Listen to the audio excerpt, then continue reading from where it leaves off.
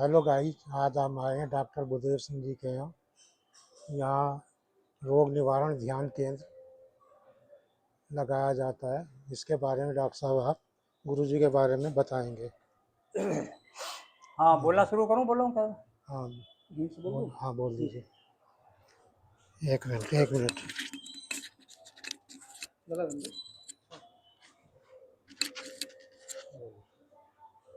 Hello, आज doctor Chandramohan जी बोलना शुरू डॉक्टर करूँ? गुरुदेव सिंह के मकान पर हम्म, निवास स्थान पर जो योग केंद्र मानव रोग सेवा, निवारण ध्यान मानव केंद्र सेवा। चलाया जाता है, उस पर उपस्थित हुए हैं वीडियो बनाने के लिए। और यहाँ पर श्रीमान ओम प्रकाश चौहान जी, परमहंस जिन्हें का हमारे गुरुजी ने परमहंस की उपाधि प्रदान की है, वो यहाँ पर आज जो है ध्यान के बारे में अपना वक्तव्य प्रस्तुत करेंगे। वो क्या है, ध्यान क्या है और ध्यान कैसे किया जाता है क्या और लाभ ध्यान है? से क्या क्या लाभ जो है वो प्राप्त होते हैं, इस संबंध में वो अपना प्रवचन देंगे, अपनी वाणी को करेंगे, बताएंगे। ठीक है, आप लोग इसे ध्यानपूर्वक सुनिएगा और लाभ प्राप्त कीजिएगा।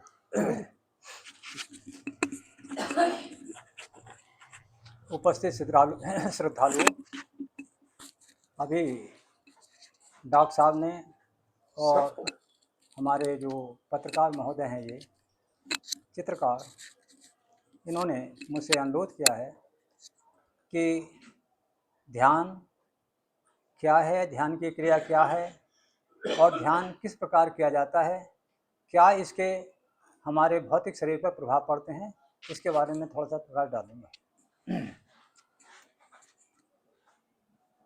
जब बताया यह गया कि जब भगवान, देवता और गुरु, इनके पूजा करने से, इनकी सेवा करने से मनुष्य के अंदर तप बढ़ता है और तप से तेज बढ़ता है, और उस तप और तेज को आप जो हैं सेवा में लगाइए। और अब ये ध्यान कैसे किया जाता है, क्यों किया जाता है, ये बताता हूँ आपको। आप सरल स्थिति में प्रसन्नचित्त मुद्रा में एकाग्रता के साथ संशय रहित होकर के आप सरल अवस्था में आप बैठ जाइए। और यदि आपके समक्ष आपके भगवान, देवता या किसी गुरु की चित्र या फोटो रखा हुआ है, तो उसके नेत्रों से अपने नेत्रों को मिलाइए। उसकी तरंगे उससे प्रकाशित होंगी, उन तरंगों को अपने अंदर समाहित करेंगे। और आप जो हैं शरीर को आपने एकाग्रता के साथ ध्यान के लिए तैयार कर लिया और मन को भी, उसके आँखों को लिए भी तैयार कर लिया। अब शरीर, नेत्र, मन तीनों को एकाग्रचित कर लीजिए और एकाग्रचित करते करते ये अभ्यास करिए तीनों को। इस अभ्यास करते करते आपके अंदर एक अलौकिक आनंद की अनुभूति होगी। और इस अलौकिक आनंद अनुभूति से आपके शरीर पर क्या प्रतिक्रिया होगी? ये प्रतिक्रिया होगी कि आपकी जो इंद्रिय हैं उनमें संयम शक्ति बढ़ेगी, आपके संकल्प विकल्प जो विचार उठते हैं वो कम होंगे, आपकी सूक्ष्म जो वृत्ति है, जो सूक्ष्म शक्ति है, उसमें विकास होगा। और आपके जो आपके या आपके परिवार पे जो भी परेशानी आती हैं, उसको निवारण के लिए आपको भगवत प्रेरणा मिलेगी, आपके चेहरे पर तेज होगा और आप जो हैं सत्य के नज़दीक जाएंगे। और साथ साथ आपको भगवत प्रेरणा भी मिलेगी और आपके वाणी में माधुर्यता, प्रसन्नता, आनंद, ये सब आपको प्राप्त होगा। ये हमारे भौतिक शरीर पर इसका प्रभाव पड़ता है। अब आपको ये करना कैसे है, ये आपको बताते हैं कि आप जो हैं सरल अवस्था में बैठ गए और बैठने के बाद आपको जो है केवल श्वासों को चिंतन, श्वासों को देखना कि ये कैसा आ रहे हैं, कैसे आ रहे हैं, करना कुछ नहीं है। और आपको आज्ञा चक्र पर ध्यान रखना है यहाँ, और नॉर्मल स्थिति में आपको जो है ब्रीदिंग करनी है।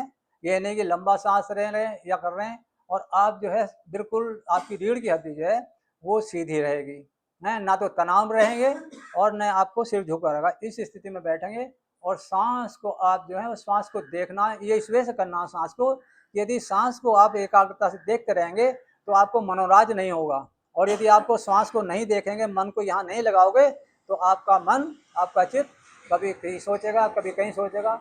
इसलिए चित्त को एकाग्र करने के लिए श्वासों की क्रिया को देखना है और यहाँ आज्ञा चक्र पर ध्यान करना। बस केवल 2 काम करने हैं ध्यान में।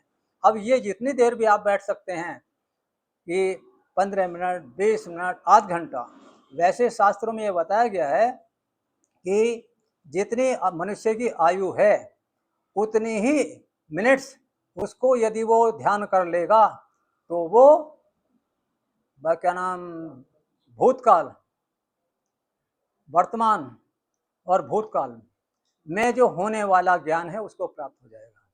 यहाँ तक बताया गया है।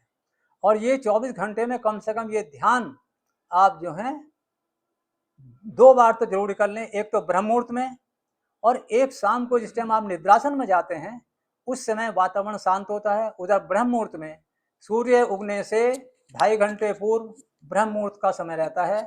उस समय यदि आप करेंगे तो आपको इसका इतना फायदा होगा, इतना फायदा होगा। उस समय वायुमंडल में वैज्ञानिक उसके पद्धति के हिसाब से कि ऑक्सीजन इतनी मात्रा में रहती है, बहुत ज़्यादा है। आप लंबे लंबे 10-5 श्वास लें, लंबे सांस लें, रोकें और धीरे धीरे निकालें।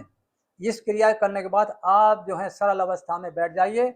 और एक चिंतन जो अभी मैंने बताया था, मैं फिर दोबारा बता रहा हूँ, उस चिंतन को भगवान कृष्ण भी एक चिंतन करते थे कि जब आप निद्रासन से उठे, और डॉक्टर साहब ने अभी बताया था, यदि आपको ऐसी उसकी टॉयलेट की, पेशाब की कोई हाजत नहीं है तो आप सीधे अवस्था में आराम से सरल अवस्था में बैठ जाइए 1 मिनट के लिए, बिना किसी विचार शून्य करना। आपको विचार शून्य होंगे तभी आपके अंदर भगवत प्रेरणा आएंगी, और यदि विचार आपके अंदर ये कुविचार भरे में, दोष भरे में, तो भगवत प्रेरणा से आपके दूर दूर भगेगी।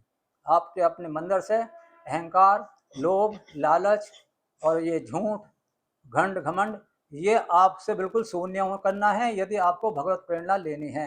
और ये आप ये शून्य हो जाओगे तो आपको करने की जरूरत नहीं, खुद ही आपके पास दैविक संपदा के गुण आते चले जाएंगे। दैविक संपदा क्या है? धैर्य, दया, क्षमा, तेज, साहस, शक्ति, सदाचार, संयम। इनको जब आप धारण करोगे तो आपके अंदर करने की जरूरत नहीं, आपके अंदर खुद ही दैवी शक्ति के गुण आते चले जाएंगे और आप देवत्व को प्राप्त होंगे। आपको कुछ करने की जरूरत नहीं है।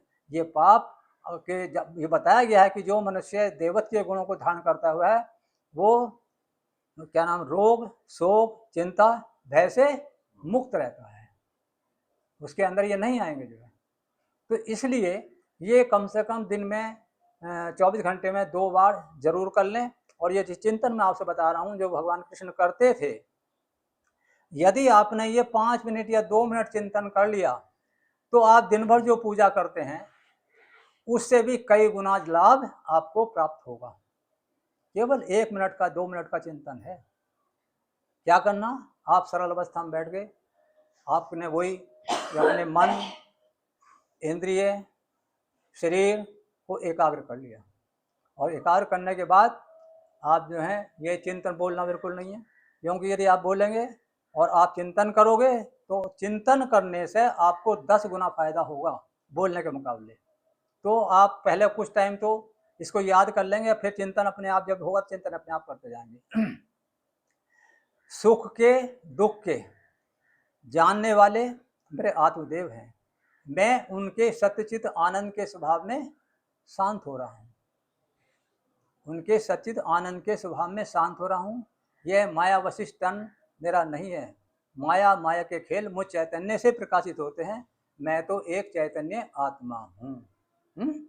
ये बार आपको 24 घंटे में जितनी बार भी आप कह लेंगे ना, जो बात अभी कहा मैंने कि मैं शरीर नहीं हूँ, मैं तो एक श्रेष्ठ चैतन्य आत्मा हूँ, ये अब आप कुछ दिनों के बाद आपको ऐसा बोध होगा, आप भूल जाएंगे कि ये शरीर तो पंच भौतिक है, तू तो आत्मा है। और यही हमें बोध करना है, यही हमारे उसका मनुष्य जीवन का लक्ष्य है। कि आपको ये बोध कराना है कोई मोक्ष जो है स्टैचू नहीं है, समझे। फिर एक चीज़ ये बताता हूँ मैं कि ये चिंतन के बारे में बता, थोड़ा सा आध्यात्म में बता कि ये गंगा नदी, बान नदी, रामगंगा नदी, तो बहुत से तो हमारी नदियाँ जो हैं वो राष्ट्रीय नदी भी हैं और देवत्व को भी प्राप्त हैं, जैसे गंगा जी है, कावेरी है, गोदावरी है, और क्या नाम तुम्हारे रामगंगा है, ये देवत्व को प्राप्त, यमुना है, और बहुत सी लोकल नदी हैं। तो सब, और ये आपकी स्टैचू लगी रहती हैं, कहीं पत्थर की मूर्ति लग रही है, कहीं मिट्टी की मूर्ति लगी हुई है, कहीं सोने की लगी हुई है, कहीं हीरे की बनी हुई है कोई। तो ये बताया गया है कि कोई भी जलीय तीर्थ से मतलब नदी से है, कोई भी जलीय तीर्थ तीर्थ नहीं होता, और कोई भी प्रतिमा, क्या है वो मिट्टी की है, क्या है वो उसकी पत्थर की है, क्या है वो धातु की है, वो देवता नहीं होते। तीर्थ और देवता कौन है? सदगुरु।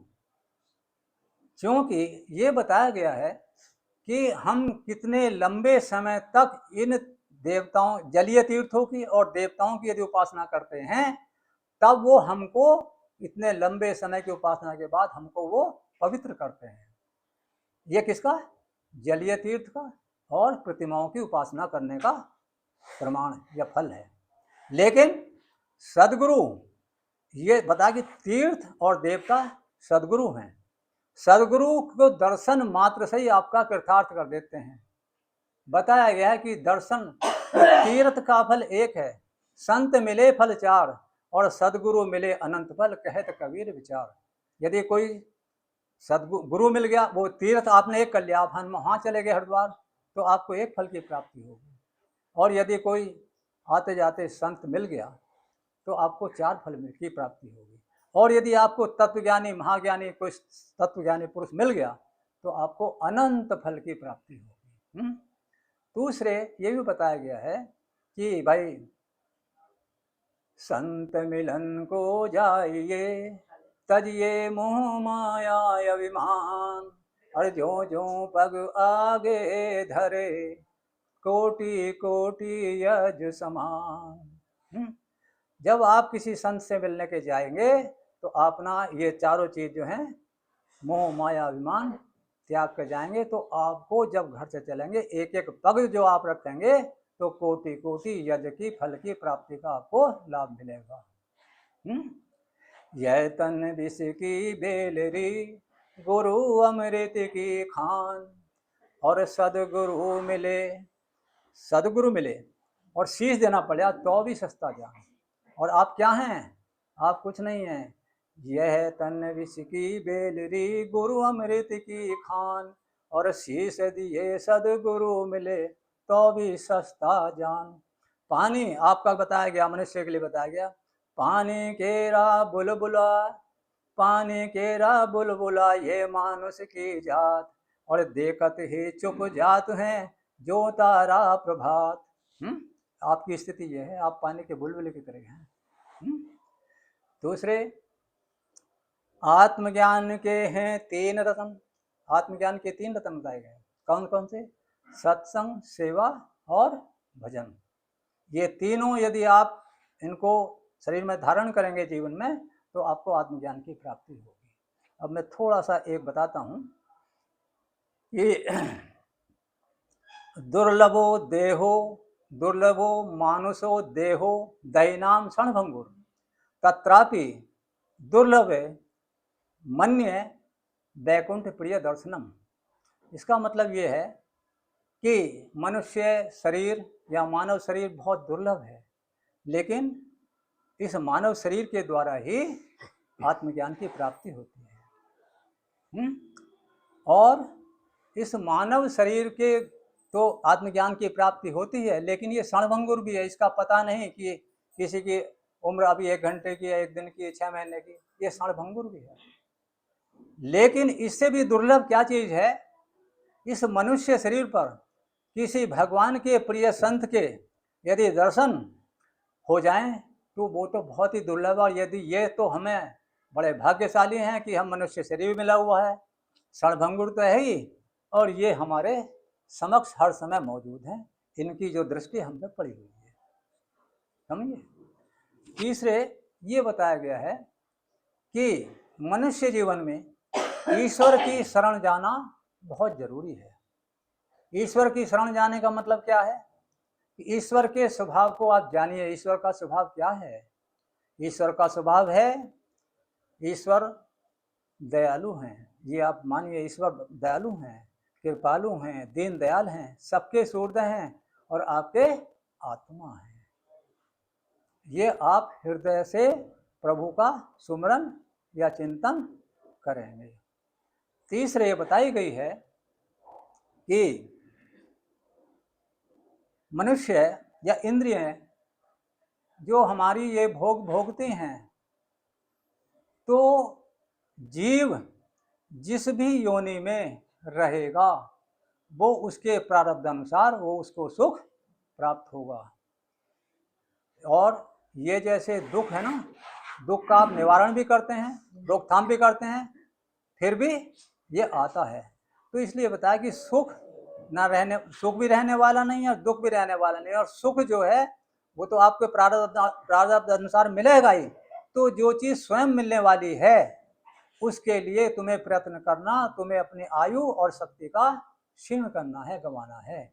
और जो व्यक्ति उसमें उलझ गया, सुख के प्राप्ति में, इस भौतिक बात के प्रयत्न करने में, प्रयास करने में, वो फिर अपनी इस मनुष्य जीवन को नष्ट कर देगा। और उसका जो लक्ष्य है मनुष्य जीवन को कि मुझे भगवान मृत्यु लोक से बंधन से मुक्त कर दे, वो उससे फेल हो जाता है और वो उसको प्राप्त नहीं कर पाता, क्योंकि उसमें लग जाता है। फिर ये बताया गया है कि मनुष्य के ऊपर, इसके मनुष्य के सिर पर बहुत सारी जिम्मेदारी हैं। तुम्हारे चिंता, दुख, शोक, जाने कितने प्रकार के इसके ऊपर कष्ट हैं। भगवान ने इन कष्टों को दूर करने के लिए ये मनुष्य शरीर दिया है। मनुष्य शरीर के द्वारा ही इनके दुख, चिंता, भय, शोक का निवारण होता है। और ये बताया गया है कि जब तक आप रोग, शोक, मृत्यु को प्राप्त न हो जाएं, तब तक आपको अपने कल्याण के लिए यह यत्न करते रहना चाहिए। बस आज मैं इतना ही, आपको इसे समझ लीजिए, धारण करिए, बहुत अच्छी बात है। और प्रतिदिन यहाँ आइए, आपको कुछ ना कुछ बात मिलेंगी। सद्गुरुदेव भगवान की जय, अनंतम भगवान की जय। आज सबका धन्यवाद।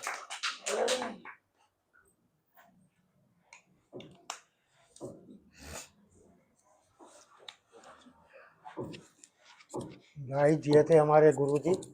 अगर आपको इनका प्रवचन अच्छा लगा हो तो हमारे चैनल को सब्सक्राइब करें, लाइक करें, कमेंट करें।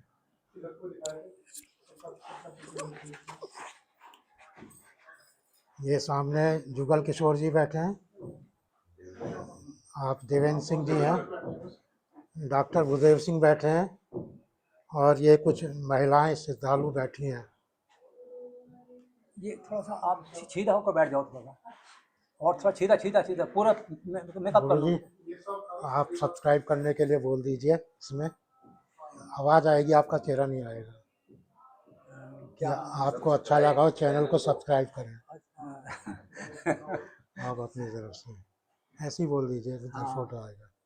क्या मैं समझाने में क्या कहना है, मुझको बताओ। चैनल को सब्सक्राइब करें। अच्छा अच्छा। हाँ। अरे भाई, ये आपका शुभ नाम? डॉक्टर चंद्रमोहन। अच्छा, आप श्री चंद्रमोहन जी हमारे यहाँ ध्यान योग केंद्र मानव सेवा लोक पर लोक सुधार आध्यात्मिक सत्संग में आए, और इन्होंने यहाँ सत्संग भी सुना, ध्यान योग के बारे में भी सुना, और ये यहाँ इन्होंने बड़े ध्यान से और तसल्ली से शांतिपूर्वक सुना, और ये अपना यहाँ आभार प्रकट कर रहे हैं कि यहाँ बहुत हमें शांति मिली, एकाग्रता मिली। बस इनका धन्यवाद है। आप हमारे चैनल को सब्सक्राइब कीजिए, लाइक कीजिए। आगे भी आपको गुरु जी के प्रवचन सुनवाते रहेंगे।